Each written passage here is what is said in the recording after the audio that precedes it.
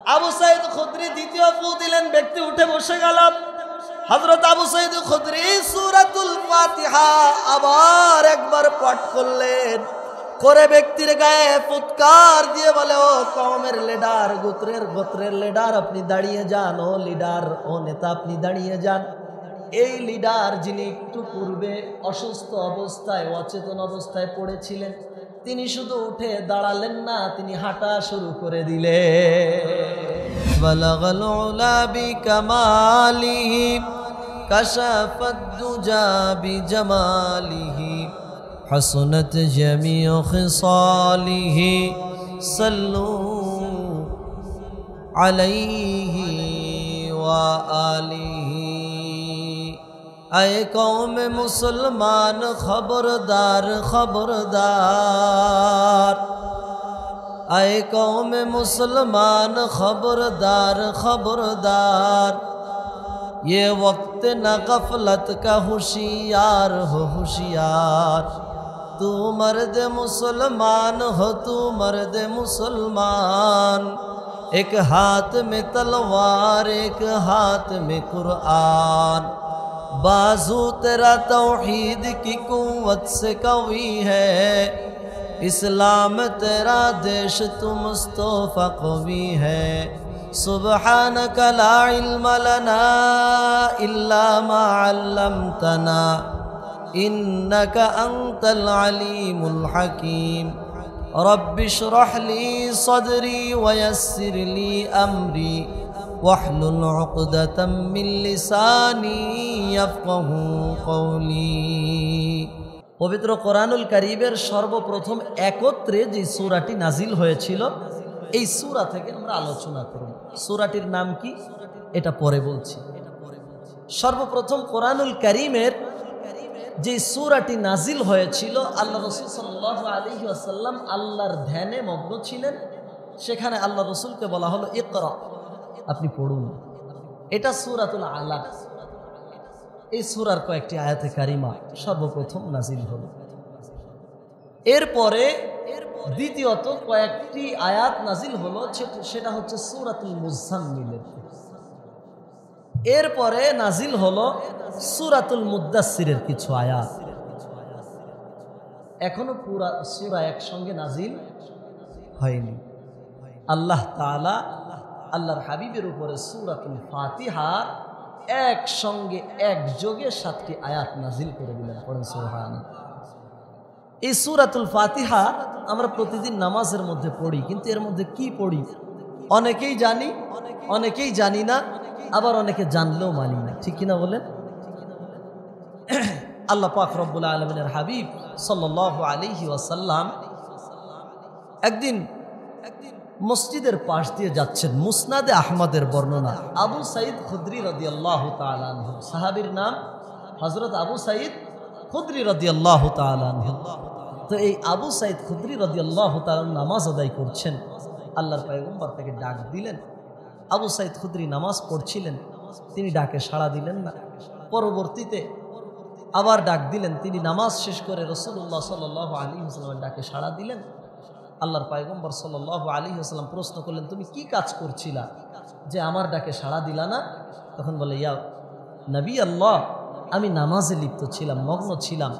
আল্লাহ পাক রব্বুল আলামিনের হাবিব তখন কোরআনের আয়াত শুনিয়ে দিলেন, আল্লাহ তাআলা এবং তার রাসূল যদি তোমাদেরকে ডাকেন তো আগে তাদের ডাকে সাড়া দিবে। আবু সাইদ খুদরি আল্লাহ রাসূলের কাছে কাচুমাচু হয়ে গেলেন, ইয়া রাসূলুল্লাহ, ভুল হয়েছে। আল্লাহ রাসূল সাল্লাল্লাহু আলাইহি ওয়াসাল্লামকে আবু সাইদ খুদরি কে আল্লাহ রাসূল বললেন যে আজকে তোমাকে আমি কোরআনের সব থেকে আজিম আজমতওয়ালা সূরার বিষয় তোমাকে আমি জানাবো। বলেন সুবহানাল্লাহ। আবু সাইদ খুদরি বললেন, ইয়া রাসূলুল্লাহ, আমি জানতে চাই। রাসূলুল্লাহ আবু সাইদ খুদরির হাত ধরে মসজিদ থেকে বের হয়ে যাচ্ছেন। তো আবু সাইদ খুদরি রাসূলের ওই কমিটমেন্টের কথা মনে করিয়ে দিলেন, ইয়া রাসূলুল্লাহ, আপনি তো বলেছিলেন আমাকে আজকে কোরআনুল কারীমের এমন একটা সূরার কথা শোনাবেন যেই সূরা অত্যন্ত দামি সূরা। এই সূরাটা বলেন। আল্লাহ রাসূল বলেন, প্রতিদিন নামাজের মধ্যে যেই সূরা তুমি পড়ে থাকো, সূরাতুল ফাতিহা, একত্রে যেই 7টি আয়াত বারবার পাঠ করো, এই সূরা হচ্ছে কোরআনের সব থেকে দামি সূরা। বলেন সুবহানাল্লাহ। তাহলে আমরা জানলাম কোরআনুল কারীমের দামি সূরা, এই সূরার নাম সূরাতুল। আপনারা জানেন প্রত্যেকটা সূরা নাজিলের একটা প্রেক্ষাপট, শানে নুজুল থাকে। বিভিন্ন অবস্থানে আল্লাহ তাআলা সূরা নাজিল করে থাকেন, কিন্তু এই সূরাতুল ফাতিহার কোনো শানে নুজুল নেই যে কোনো একটা অবস্থার উপরে সূরাটা কোনো একটা প্রেক্ষাপটের উপরে নাজিল হয়েছে, এমন বিষয় না। আল্লাহ তাআলা ভালোবেসে তা বান্দার প্রতি আল্লাহ তাআলা নাজিল করেছেন। এই সূরার আমরা জানি এই সূরার নাম সূরাতুল ফাতিহা, ঠিক কিনা বলেন? কিন্তু এই সূরার আরো অগণিত নাম পাওয়া যায়। এই সূরাতুল ফাতিহাকে বুখারীর মধ্যে আসছে, ইমাম বুখারী আলাইহিমুর রাহমা, ইমাম বুখারী রাহমাতুল্লাহি আলাইহি সূরাতুল ফাতিহাকে বলেছেন উম্মুল কুরআন, কুরআনের মা। বলেন সুবহানাল্লাহ। আবার বলা হয়েছে উম্মুল কিতাব, কিতাবের মা। সুবহানাল্লাহ বলবেন না? কোরআনের মা, কিতাবের মা, আল্লাহ পাক রব্বুল আলামিনের এই যে সূরাটি হাবিবের উপর নাজিল করলেন, উম্মুল শব্দের অর্থ আবার মূল। একটা হচ্ছে মা আর একটা মূল। আরবি একটা শব্দের অনেক অর্থ হয়। তো কোরআনের মা বলা হয় এই সূরাকে, কোরআনের মূল বলা হয় এই সূরাকে। ইমাম বুখারী এর বিস্তারিত বর্ণনা করতে গিয়ে তিনি বলছেন এই সূরাকে কোরআনের মূল বলা হয় এই কারণে যে এই সূরার যে 7টি আলোচনা, এই 7টি আয়াতের আলোচনা গোটা কোরআন জুড়ে। বলেন সুবহানাল্লাহ। আবার উম্মুল কোরআন বলা হয়েছে এই কারণে মায়ের থেকে সন্তানের জন্ম, সন্তান থেকে সন্তানের জন্ম, তার সন্তান থেকে সন্তানের জন্ম, তো এইভাবে করে বংশ বিস্তার হয়, ঠিক কিনা বলেন? এইভাবে বংশের বিস্তার হয়। এই জন্য ইমাম বুখারী বললেন যে সূরাতুল ফাতিহাকে কেন কোরআনের মা বলা হয়েছে, কারণ কোরআনের মধ্যে যত আলোচনা আছে এই আলোচনাটা আল্লাহ তাআলা সংক্ষেপে সূরাতুল ফাতিহার মধ্যে ঢুকিয়ে দিয়েছে। এই সূরাতুল ফাতিহার একটি নাম আমরা জানলাম উম্মুল কুরআন, উম্মুল কিতাব। কয়টি পেয়েছি? 2টা।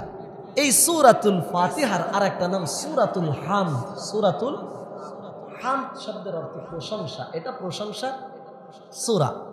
এই সূরার আর একটা নাম সূরাতুশ শিফা, সুস্থতার সূরা।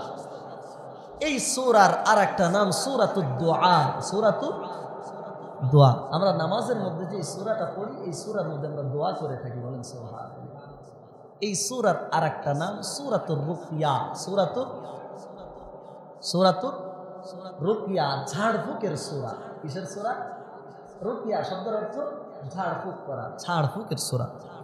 হযরত আবু সাঈদ খুদরি রাদিয়াল্লাহু তাআলা আনহু একদিন সাহাবাদের জামাতদেরকে নিয়ে একটা জায়গায় যাচ্ছেন।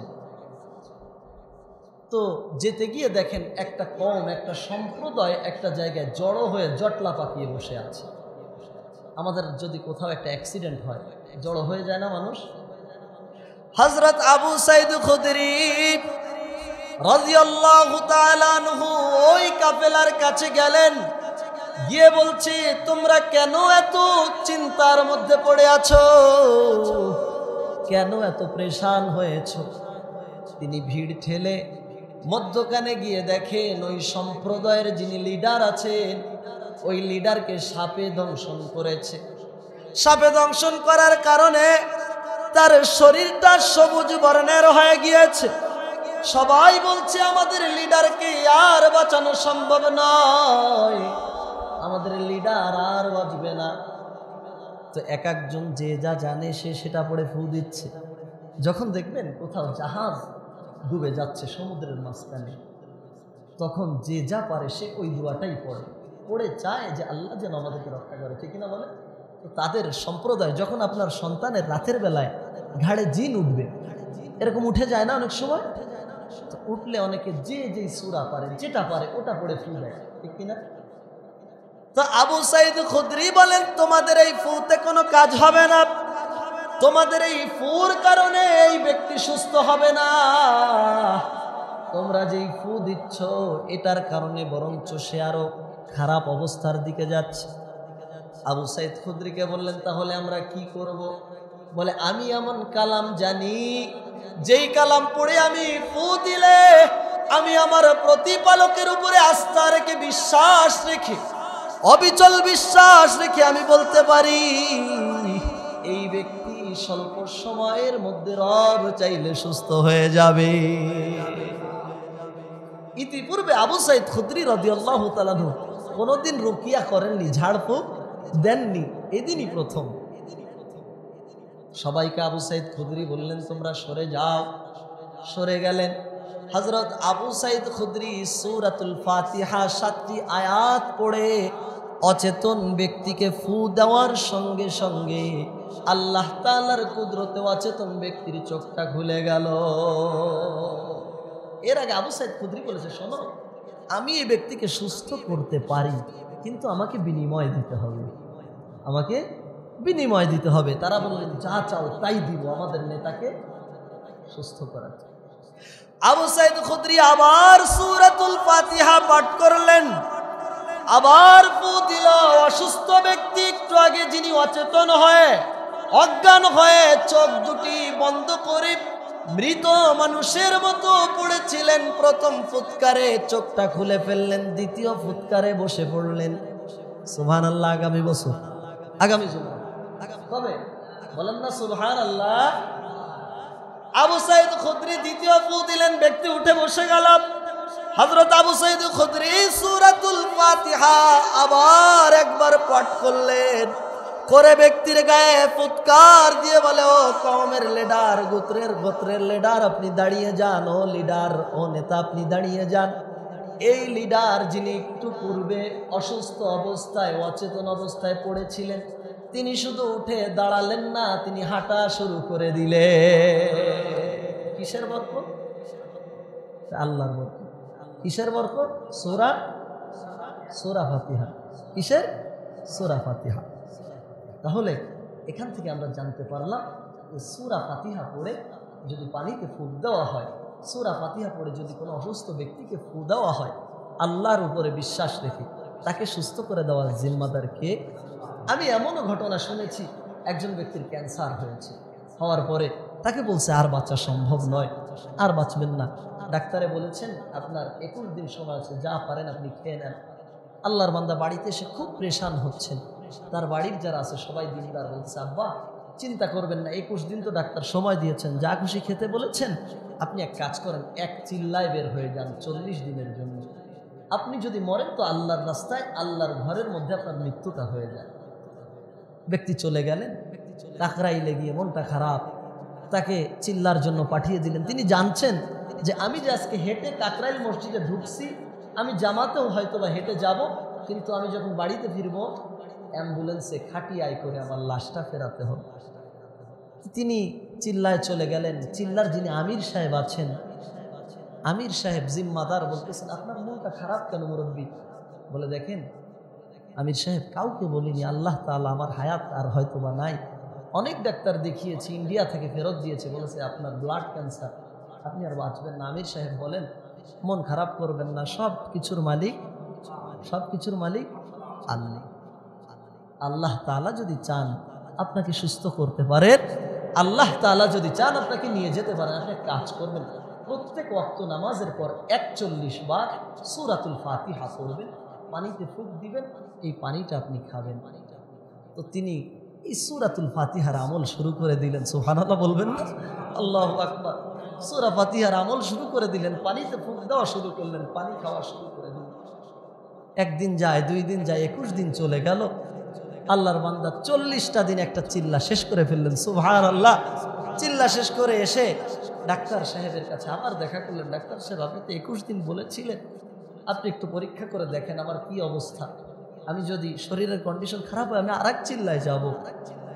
ডাক্তার সাহেব বললেন আপনার আবার পরীক্ষা করতে হবে। ডাক্তার সাহেব পরীক্ষা করে দেখলেন ওনার রক্তের মধ্যে, ওনার শরীরের মধ্যে ক্যান্সারের বিন্দু পরিমাণ কোনো জীবাণু জার্ম তার শরীরের মধ্যে নেই। কিসের বরকত? এই সূরাতুল ফাতিহার একটা নাম সূরাতুর রুকিয়া, ঝাড় ফুকের সূরা। এই সূরাতুল ফাতিহার আর একটা নাম সূরাতুশ শিফা, সুস্থতার সূরা। কেউ যদি সূরাতুল ফাতিহা পড়ে পানিতে ফুঁক দিয়ে খায়, সুস্থ করে দেওয়ার মালিক কে?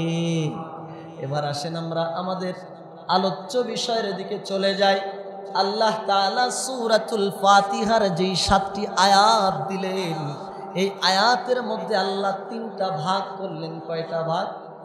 কয়টা ভাগ? সবাই বলতে হবে, জানতে হলে বলতে হবে। কয়টা ভাগ? প্রথম তিনটা ভাগে আল্লাহর প্রশংসা, প্রথম তিনটা ভাগে। মাঝখানের ভাগ 1, 2, 3 নম্বর আয়াতে কার প্রশংসা? আল্লাহর সঙ্গে প্রশংসা, আল্লাহর প্রশংসা, আল্লাহর পরিচয়। এরপরে 4 নম্বর আয়াতে আল্লাহর কাছে প্রার্থনা চাওয়া। 5, 6, 7 নম্বর আয়াতে আল্লাহ তাআলার বড়ত্বের পরিচয়, আল্লাহ তাআলার কাছে প্রার্থনা এবং ক্ষমার সুসংবাদ। আল্লাহ পাক রব্বুল আলামিন সূরাতুল ফাতিহার প্রথম আয়াতে আল্লাহ তাআলা বলেন, আপনারা যারা পারেন তারা আমার সঙ্গে পড়বেন, যারা পারেন না তাদের উপরে দাবি নেই, সবাই আমার সঙ্গে পড়ুন। আলহামদুলিল্লাহি রাব্বিল আলামিন। জমিনের মধ্যে যদি জুমার মেহরাবে বসে প্রত্যেক জুমায় একই খুতবা দেওয়া হয়, একই আলোচনা করা হয়, মুসল্লিরা বলবে এই খুতবা রাখা সম্ভব না, প্রত্যেক জুমায় একই আলোচনা করে।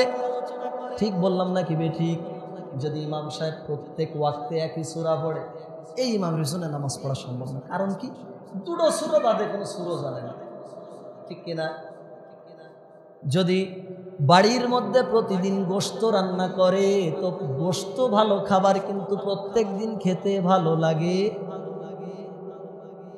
কোন জিনিস বারবার ভালো লাগে না। আল্লাহ তাআলা বলে, এ বান্দা, তোর জন্য যেই সূরাতুল ফাতিহা আমি কোরআনের মধ্যে দিয়েছি, এই সূরাতুল ফাতিহা নামাজের মধ্যে ইমাম যতবার পড়বে অতবার তোর মজা। বলেন না সুবহানাল্লাহ? এ বান্দা রে, তুই যদি নামাজ মিস করিস, নিজে নিজে নামাজ পড়িস, প্রতিদিনে 34 বার সূরাতুল ফাতিহা একটা আল্লাহর বান্দা যিনি নামাজি, তিনি নামাজের মধ্যে পাঠ করে। কতবার? 34 বার। কতবার? 34 বার। ফজরে সুন্নাত, ফজরে ফরজ 2, জোহরে ফরজ 4 আর 2 6, মাগরিবে এশায় কত হলো? 17। কত? 17। এই 17 রাকাতে 17 বার সূরা ফাতিহা পড়তে হয় কিনা? হয়। এবার ফজরের সুন্নাত 2 রাকাত, ফজরের সুন্নাত 2 রাকাত, জোহরের সুন্নাত 6 রাকাত, এরপরে মাগরিবের 2 রাকাত, এশায় 2 রাকাত, বেতের ওই যে বেতের 3 রাকাত। তাহলে প্রত্যেকবার 34 বার সূরা, প্রত্যেক দিন 34 বার আল্লাহর একজন বান্দা সূরাতুল ফাতিহা পাঠ করে, কিন্তু সূরা ফাতিহার মধ্যে কি পড়ে তিনি জানেন না। অবস্থা এমন, গাধার পিঠে বোঝা উঠিয়ে দেওয়া হয়। গাধা কিন্তু বোঝা বহন করে, মরুভূমিতে উটের পিঠে বোঝা উঠিয়ে দেওয়া হয়, উট বোঝা বহন করে, কিন্তু এই বোঝার মধ্যে যে কত দামি সম্পদ আছে বোঝে।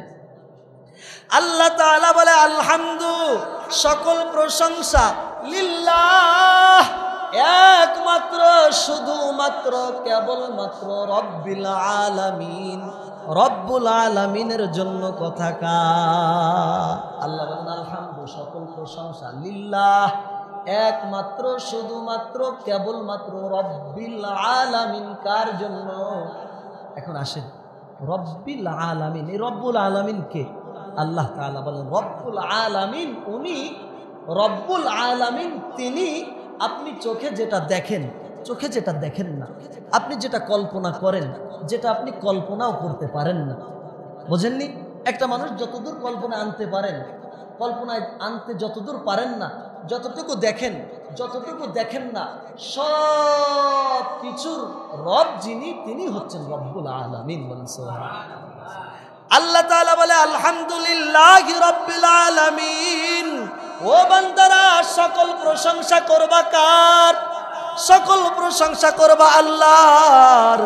আল্লাহ বলে কার প্রশংসা করবা? প্রশংসা করতে গেলে তার বিষয়ে জানতে হবে, ঠিক না?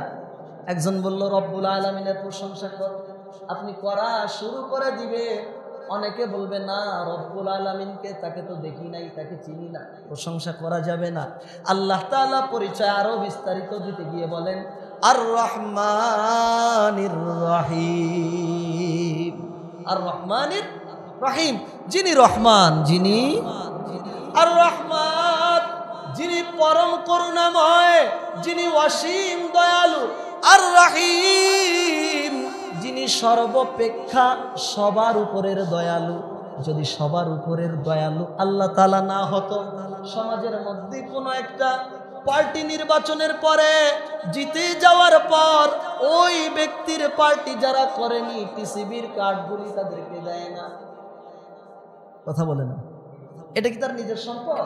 নিজের না, সরকারি সম্পদ সবার মাঝে বন্টন করা তার দায়িত্ব। তিনি এখানে স্বজন প্রীতি করলেন। কেন করলেন? যে আমার নির্বাচনের সময় তিনি কাজ করেননি, তিনি অন্য দলের। আল্লাহ তাআলা বলেন আমি আর রহমান আর রহিম। আমি রহিম কেন? সর্বাপেক্ষা দয়ালু, সবার উপরে দয়ালু। জমিনের মধ্যে সরকার তোমাকে মাল দেয়, সেই মাল দিতে গিয়ে তুমি স্বজন প্রীতি করো, আর তুমি কি তাকায় দেখো না তোমার চোখ আমি দিয়েছি, নিঃশ্বাস আমি দিয়েছি, সব আমি দিয়েছি, কিন্তু আমি সর্বাপেক্ষা দয়ালু, কোনো স্বজন প্রীতি করিনি। হিন্দুকে যতদূর অক্সিজেন দেই তোমাকেও তত দূর দেই, বলেন না সুবহানাল্লাহ। খ্রিস্টানকে যত দূর দেই তোমাকেও অত দূর দেই, নাসারাকে যত দূর দেই, বৌদ্ধকে যত দূর দেই তোমাকেও অত দূর দেই, এক ফোঁটা কম দেই না, বলেন সুবহানাল্লাহ। আল্লাহ তাআলা বলে ওই রবের প্রশংসা করবা, ওই রব্বুল আলামিনের প্রশংসা করবা যিনি আর রহমান, যিনি পরম দয়ালু, আর রহিম যিনি সর্বাপেক্ষা দয়াময় দয়ালু। সুবহানাল্লাহ বলবেন না? এবার আল্লাহ তাআলা সূরাতুল ফাতিহার ৩ নম্বর আয়াতে বলতেছেন মালিকি ইয়াউমিদ্দিন। পারেন না আপনারা? শুনছেন না? আগে শুনছেন তো? বলে হুজুর শুনছি 34 বার পড়ছি। পড়েন না মালিকি ইয়াউমিদ্দিন, মালিকি ইয়াউমিদ্দিন। এই আলোচনাটা অত্যন্ত খেয়াল করে শুনতে হবে, তা না হলে বোঝা যাবে না। দেখেন, আলোচনা করা সহজ, আলোচনা শোনা সহজ, কিন্তু কোরআন বোঝা কঠিন। আল্লাহ তাআলা বলেন মালিক ইয়াউমিদ্দিন। আমরা জানি জমিনের মধ্যে যারা বিচার করে তাদের নাম হয় হাকিম, তাদের নাম হয় কাজী। আল্লাহ তাআলা বলেন মালিক ইয়াউমিদ্দিন, যিনি বিচার দিবসের মালিক, যিনি বিচার করেন তিনি কখনো মালিক হতে পারেন না, তিনি হয়তো বা বিচারক, ঠিক না? তিনি আল্লাহ তাআলা এখানে বলতে পারতেন কাজী ইয়াউমিদ্দিন, যিনি বিচার দিবসের কাজী, বলতে পারতেন কিনা? বলে না, বলতে পারতেন কিনা? আল্লাহ তাআলা বলতে পারতেন হাকিম ইয়াউমিদ্দিন। আল্লাহ তাআলা যদি বলতেন, আমাদের কোনো প্রশ্ন ছিল না। আল্লাহ তাআলা মালিক ইয়াউমিদ্দিন, কাজী ইয়াউমিদ্দিন বললেন না, তাহলে আল্লাহ তাআলা কি জানেন না জমিনের মধ্যে যারা বিচার করে তারা হয় কাজী, তারা হয় বিচারক? জানেন না? জমিনের মধ্যে যারা বিচার করেন তারা বিচারক, তারা মালিক না। আল্লাহ তাআলা এই বিষয়টা জানেন কিনা? জানেন। তাহলে আল্লাহ তাআলা এখানে এই কথা বললেন কেন যে মালিক ইয়াউমিদ্দিন? মালিকরা তো বিচার করেন না, বিচার তো করেন জজ সাহেব, হেকিম, দায়রা জজ, হেকিম আদালত। তো হেকিম যিনি তিনি করেন বিচার, কাজী যিনি তিনি করেন বিচার। আল্লাহ তাআলা এখানে মালিকের কথা কেন বললেন? আল্লাহ তাআলা জমিনের মানুষকে বুঝাইতে চাইলেন, ও বান্দারে, তোকে আমি রব সব কিছু দিয়েছি, তোকে আমি রিজিক দিয়েছি, বাসস্থান দিয়েছি, কর্ম দিয়েছি, সব কিছু তোকে আমি দিয়েছি, এরপরে তুই আমার ইবাদত করিস না। যদি আমি মালিক, আমি যদি হাকিম ইয়াউমিদ্দিন হতাম, জমিনের বিচারকরা একজন ফাঁসির আসামিকে বেকসুর খালাস দিতে পারে না। যদি সেটা দেয় তাহলে তার গঠনতন্ত্রের বাহিরে তার বিচার হয়ে যায়, রায় হয়ে যায়। জমিনের মানুষগুলি রায় দিতে গেলে তার যেই আইন বই আছে, বইয়ের মধ্য থেকে দিতে হয়, আইনের বাইরে থেকে রায় দেওয়া যায় না। আল্লাহ বলে, এ বান্দারে, আমি যদি হাকিম ইয়াউমিদ্দিন হতাম, কাজী ইয়াউমিদ্দিন হতাম, তাহলে গঠনতন্ত্র অনুযায়ী বিচার করতে হতো। যে ব্যক্তি জাহান্নামের মালিক তাকে জাহান্নাম দিতে হতো, যেই ব্যক্তি দোজখে যাবে দোজখ দিতে হতো। কিন্তু আমি আল্লাহ, দেখেন জমিনের মধ্যে একজন মানুষের কোটি ইচ্ছা করলে করতে পারে, ইচ্ছা না হলে পকেটে রাখতে পারে, পারে কিনা? ইচ্ছা না হলে আর একজনকে দিয়ে দিতে পারে, যেটা ইচ্ছা সেটা করতে পারে। কিন্তু যারা সরকারি চাকরিজীবী, এদের একটা ড্রেস আছে, ড্রেস পরে অফিস করতে হয়। যারা বিচারক পোশাক করে বিচারের চেয়ারে আসীন হতে হয়, আল্লাহ তাআলা বলে বান্দারে তোর জমিনের বিচারক যখন আদালতে ওঠে তার উপরে সুপ্রিম পাওয়ার আর কেউ এর ওই মুহূর্তে থাকে না। তার উপরে উকিলেরা কথা বলতে পারে না, আইনজীবীরা কথা বলতে পারে না, ব্যারিস্টার কথা বলতে পারে না। জজ একা যা বলবে ওটাই ওই মুহূর্তে আইন। কিন্তু এই জজ আইনের বাহিরে কোনো কিছু করতে পারে না। ও বান্দারে, যেই জজ পোশাক ছাড়া সরকারি আইন ছাড়া বিচার কার্য পরিচালনা করতে পারে না, আমি যদি ওই জজের মতো হই তো যেই ব্যক্তির জাহান্নামের ফয়সালা ওই ব্যক্তিকে জান্নাত দিতে পারবো। আল্লাহ তাআলা বলেন মালিক ইয়াউমিদ্দিন, মালিক আল্লাহ তাআলা এই কারণে বললেন, আল্লাহ বলেন মালিক ইয়াউমিদ্দিন এই কারণে যেই ব্যক্তি যেই রব ওই বিচার দিবসের মালিক, মালিকের ইচ্ছা হলে মাল বিক্রি করতে পারেন, ইচ্ছা হলে কমে দিতে পারেন, ইচ্ছা হলে গরু জবাই দিতে পারেন, আবার ইচ্ছা হলে গরুটাকে ছেড়ে দিতে পারেন। মালিকের যেটা খুশি সেটা করতে পারেন, প্রশ্ন করার মতো কেউ না। আল্লাহ তাআলা বলেন এই জন্য আমাদের রব হচ্ছে মালিকি ইয়াউমুদ্দিন, তিনি ইয়াউমুদ্দিনের মালিক, ইয়াউমুদ্দিনের বিচারক না। ইয়াউমুদ্দিনের বিচারক যদি তিনি হতেন তাহলে বিচারটা গঠনতন্ত্র অনুযায়ী করতে হতো। আল্লাহ তাআলা যাকে খুশি তাকে জান্নাত দিতে পারতেন না। ঘটনা শোনা যায়, কিতাবের মধ্যে দেখা গেছে যে ইয়াউমুল কিয়ামায় আল্লাহ তাআলা দেখতেন দুইজন মানুষ তারা পরস্পর কথা বলছে, একজনের একটা নেকি কম আছে, এই একটা নেকি না হলে তিনি জাহান্নামে চলে যাবেন, আর একজনের আমলনামায় একটা নেকি আছে তো এই একটা নেকি আছে, একটা নেকির জন্য তাকে জাহান্নামে দেওয়া যাচ্ছে না। তো ওই ব্যক্তি বলে ভাই কিয়ামতের ময়দানে আমি তো জমিনের মধ্যে ইবাদত করতে পারিনি, কাউকে সাহায্য করতাম না, আজকে আসো তোমার একটা নেকির প্রয়োজন, একটা নেকি তুমি আমার কাছ থেকে নিয়ে যাও, আমার তো এমনি জাহান্নাম, তো এই একটা নেকি নিয়ে যাও, আমি জাহান্নামে চলে যাব। এই যখন নেকি দিয়ে দিলেন আল্লাহ তাআলা দুইজনকে ডাক দিলেন, বলে তুমি নেকি দিছো কেন? বলে আল্লাহ আমি চেয়েছি আমার আর একটা ভাই জান্নাতে যাক। আল্লাহ বলে যাও, এই ওসিলায় তোমার। যখন মানুষের ইয়াউমা ইয়াফিরুল মারউ মিন আখিহি ওয়া সাহিবাতিহি ওয়া বানিন, কেউ যেই দিন কারো পরিচয় দিবে না, মা যেই দিন সন্তানের পরিচয় দিবে না, ওই দিন মানুষগুলির অবস্থা বড় খারাপ হয়ে যাবে। একজন ব্যক্তির জাহান্নামের ফয়সালা হয়ে যাবে, কিন্তু তিনি আল্লাহর রহমতের আশায় তাকিয়ে থাকবেন। আরে আমার রব কি আমাকে জান্নাতের জন্য ডাক দেয়? মানুষের অনেক সময় আশা হয় না, টাকা পয়সা নাই, কিন্তু একসময় স্ত্রীকে বলে দেখো তুমি যে আজকে ওই যে অমুকেরা গাড়িতে চড়ে যাচ্ছে, তোমার ভালো লাগে, দোয়া করো আল্লাহ তাআলা একদিন আমাকেও দিবে। আশা তো করা যায়, ঠিক না বলে? এই ব্যক্তি আশা করবে আল্লাহ হয়তো আমাকে ডাক দিবেন, আল্লাহ তাআলা ডাক দিবেন। কারো সামনে দেখাবেন না, আল্লাহর কুদরতের চাদরের নিচে ঢুকিয়ে নেবেন, কাউকে দেখাবেন না, তার বিষয়টা গোপন করবেন। আল্লাহ বলবেন তুই যাস না কেন জাহান্নামে? আল্লাহ জানে না কেন যায় না? যাস না কেন? বলে আল্লাহ আপনার রহমতের আশায় যাই না। আল্লাহ বলে যা, রহমত করে দিলাম, জান্নাতে চলে। তো আল্লাহ যদি হাকিম ইয়াউমিদ্দিন হতেন, কাজী ইয়াউমিদ্দিন হতেন, এই বিচার করতে পারতেন। আল্লাহ বলে মালিক ইয়াউমিদ্দিন, ওই দিনের মালিক আল্লাহ, যেটা খুশি সেটা করবেন। ওয়ালা উবালি, আল্লাহ কারোকে ভয় পান না। দেন আল্লাহ তাআলা বলেন মালিক ইয়াউমিদ্দিন ইয়্যাকা না'বুদু ওয়া ইয়্যাকা নাস্তাঈন। আল্লাহ তাআলা বলেন ও বান্দারে তুই ইয়্যাকা না'বুদু ইবাদত করিস যার, ওয়া ইয়্যাকা নাস্তাঈন সাহায্য চাইবি তার কাছে। সুবহানাল্লাহ বলবেন না? আল্লাহ তাআলা বলে ইয়্যাকা না'বুদু ইবাদত করি যার, ওয়া ইয়্যাকা নাস্তাঈন সাহায্য চাই তার কাছে। বলবেন না সুবহানাল্লাহ? হযরত আবু হুরায়রা রাদিয়াল্লাহু তাআলা আনহু বলেন যে আল্লাহর বান্দারা যখন নামাজে দাঁড়িয়ে বলে আল্লাহু আকবার আলহামদুলিল্লাহি রাব্বিল আলামিন, সে সরাসরি আল্লাহর সঙ্গে কথা বলে। বলেন না সুবহানাল্লাহ? আপনি ইমোতে ফোন দিলেন আপনার ছেলেকে, তিনি বিদেশে আছে, হোয়াটসঅ্যাপে ফোন দিলেন, তিনি ওপাশ থেকে কথা বলেন কিনা? বলেন। আল্লাহ বলে আমার বান্দা যখন সূরা ফাতিহা পড়ে তখন আমি আমার বান্দার প্রত্যেকটা কথার উত্তর আসমান থেকে দিয়ে দিই।